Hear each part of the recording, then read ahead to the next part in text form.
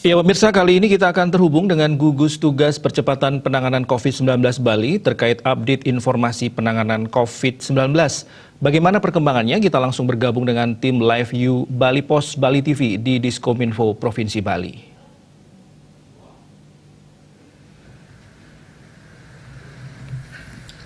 Om Swastiastu, selamat sore seluruh masyarakat Bali yang saya cintai. Pada sore hari ini izinkan saya menyampaikan informasi tentang perkembangan COVID-19 di daerah yang kita cintai. Dapat saya laporkan sebagai berikut. Yang pertama, untuk hari ini Astungkare tidak ada tambahan kasus meninggal. Yang meninggal masih tetap 2 warga negara asing. Kemudian yang kedua, untuk hari ini rumah sakit belum ada yang melaporkan pasien positif yang sembuh, sehingga jumlah pasien positif corona yang sembuh sampai hari ini masih tetap 19.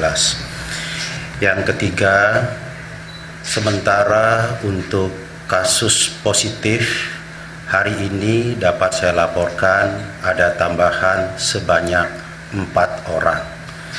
Sehingga secara akumulatif jumlah pasien positif COVID-19 itu sampai hari ini adalah 79 orang. 4 orang tambahan hari ini semuanya imported case atau kasus positif yang dibawa oleh orang yang memiliki riwayat perjalanan dari luar negeri. Dengan demikian, maka saya dapat sampaikan penjelasan bahwa dari 79 kasus positif itu, rinciannya adalah sebagai berikut ya.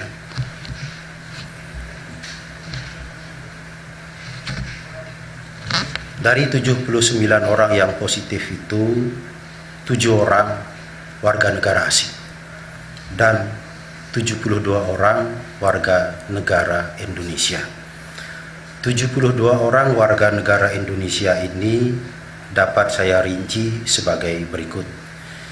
Yang pertama, 51 orang merupakan imported case yang dibawa oleh orang yang memiliki riwayat perjalanan dari luar negeri. 13 orang juga imported case tapi dari daerah lain di Indonesia, artinya dari luar Pulau Bali, tidak dari luar negeri. Maksudnya adalah orang yang positif ini pernah melakukan perjalanan ke daerah lain di Indonesia seperti dari Jawa atau dari tempat lainnya. Dan yang berikutnya adalah 8 orang kasus positif karena transmisi lokal. Artinya positif karena berinteraksi di Bali dari orang yang positif sebelumnya. Jadi dari angka-angka yang saya sampaikan tadi, dari 79 kasus positif itu 8 orang merupakan transmisi lokal. Sisanya 71 orang datangnya dari luar. Mengapa saya harus menjelaskan hal ini? Ini adalah penting untuk bisa melihat sumber resiko dari COVID-19 ini. Sumber risiko itu penting untuk menentukan strategi upaya pencegahannya. Tadi dikatakan bahwa 71 datangnya imported case. Nah, ini strategi dari pemerintah Provinsi Bali yang dilaksanakan oleh gugus tugas adalah memperkuat pertahanan di pintu masuk Bali, yaitu di Bandara Ngurah Rai sebagai pintu utama, dan yang kedua adalah Pelabuhan Gilimanuk. Sementara untuk Pelabuhan Benoa, karena sudah tidak ada kapal yang merapat lagi, maka tidak lagi menjadi pintu masuk untuk kedatangan orang dari luar negeri. Demikian juga pelabuhan Padang Baik, ini relatif lebih aman sebagai sumber resiko.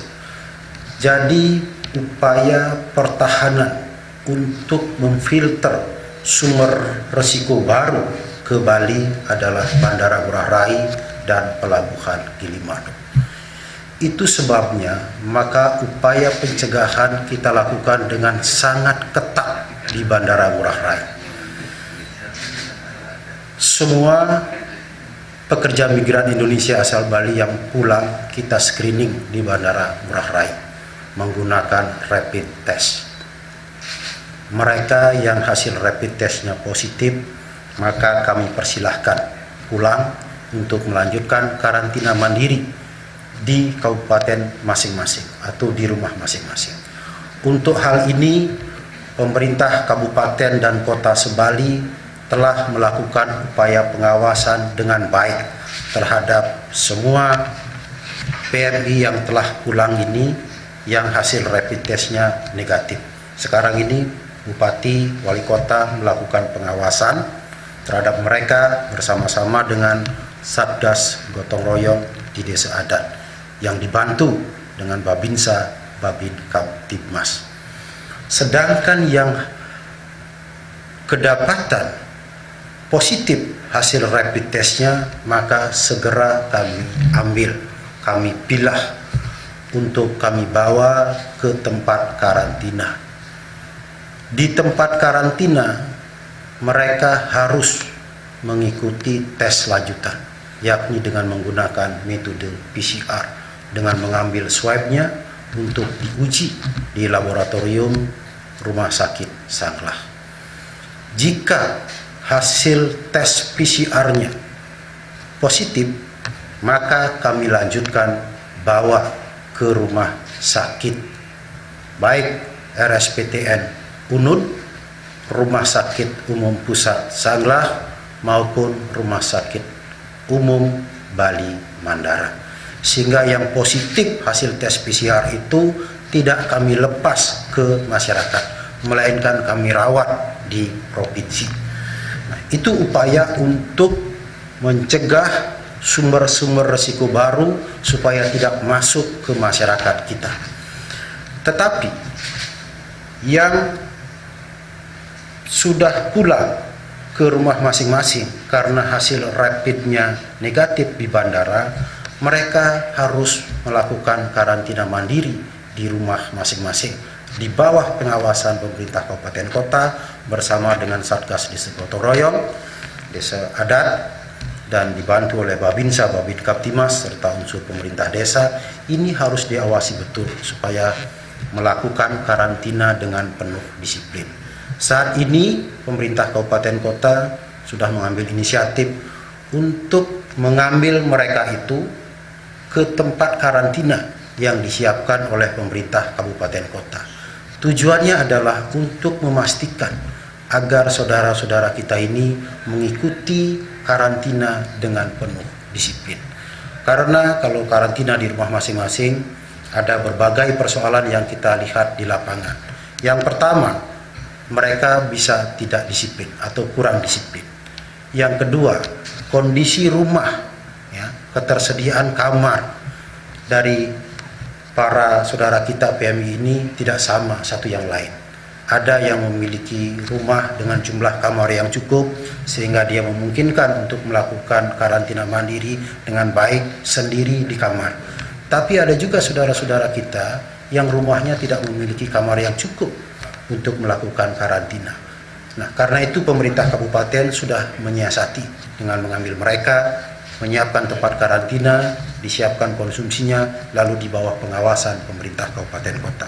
Untuk itu kami menyampaikan apresiasi kepada pemerintah kabupaten kota yang mengambil inisiatif untuk mengontrol karantina ini dengan baik. Jika kedua sumber atau potensi risiko ini bisa kita kendalikan dengan baik. Yang pertama, risiko datangnya dari luar. Kami lakukan pertahanan dengan baik di bandara dan di Pelabuhan Gilimanuk untuk memfilter mereka. Jika ini berhasil dengan baik, maka tidak ada sumber risiko baru yang masuk ke masyarakat. Yang kedua, jika yang melakukan karantina mandiri di rumah ini melakukan dengan disiplin di bawah pengawasan pemerintah kabupaten kota, maka dia tidak akan melakukan transmisi lokal kepada warga yang lainnya. Itu upaya kita untuk meredam penyebaran COVID-19 ini. Yang berikutnya, selalu dan terus kami ingatkan kepada seluruh masyarakat Bali untuk selalu berdisiplin menggunakan masker bagi semua orang, baik yang sehat maupun yang sakit. Bagi yang sehat cukup menggunakan masker kain. Sedangkan bagi yang sakit tentu harus menggunakan masker yang memiliki daya tahan yang lebih kuat dalam penyebaran droplet.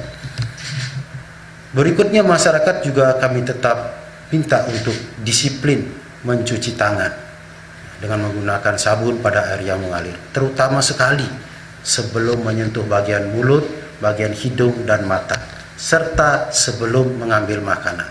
Harus cuci tangan terlebih dahulu menggunakan sabun. Yang ketiga, harus tetap disiplin menjaga jarak satu sama yang lainnya pada jarak yang aman, yang tidak memungkinkan untuk terkena droplet tersebut. Dan yang keempat, tetap disiplin untuk mengurangi aktivitas di luar rumah. Jika semuanya berfungsi dengan baik, pertahanan di pintu masuk kita lakukan dengan baik, kemudian yang melakukan karantina disiplin melakukan karantina, masyarakat semua disiplin mematuhi arahan yang saya sampaikan tadi, maka sesungguhnya Astungkar COVID-19 ini dapat kita hentikan sampai di sini, tidak berkembang luas ke masyarakat kita. Sehingga dengan demikian kehidupan masyarakat kita yang terdampak secara ekonomi bisa kita pulihkan kembali.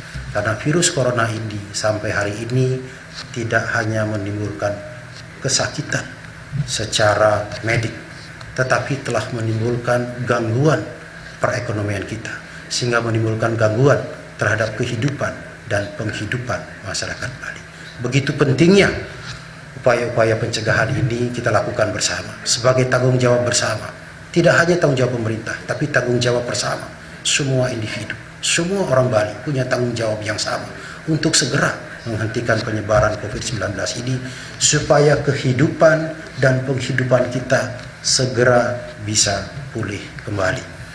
Dalam rangka menggalakkan atau mengkampanyekan penggunaan masker bagi semua orang, maka kami harus menyampaikan apresiasi kepada orang-orang yang telah terpanggil untuk memberikan sumbangan masker kepada masyarakat kita. Kami tahu tidak semua masyarakat punya kemampuan ekonomi yang sama. Untuk membeli masker pun ada yang kesulitan.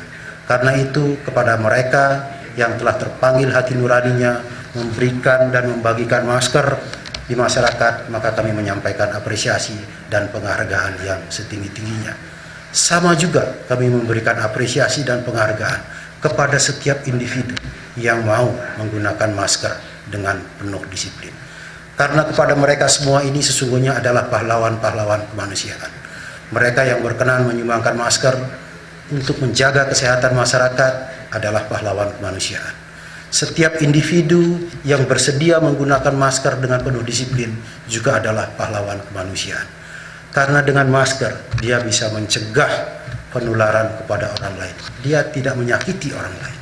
Maka sesungguhnya dia juga adalah pahlawan kemanusiaan.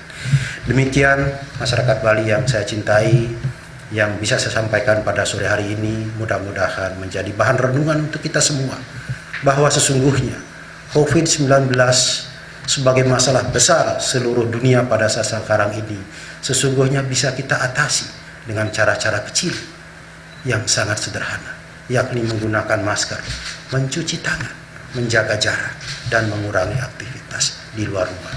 Jadi cara-cara kecil yang sederhana itu sebenarnya bisa menyelesaikan persoalan besar tentang COVID-19 ini yang telah menimbulkan dampak buruk bagi kehidupan manusia di seluruh dunia pada saat sekarang ini.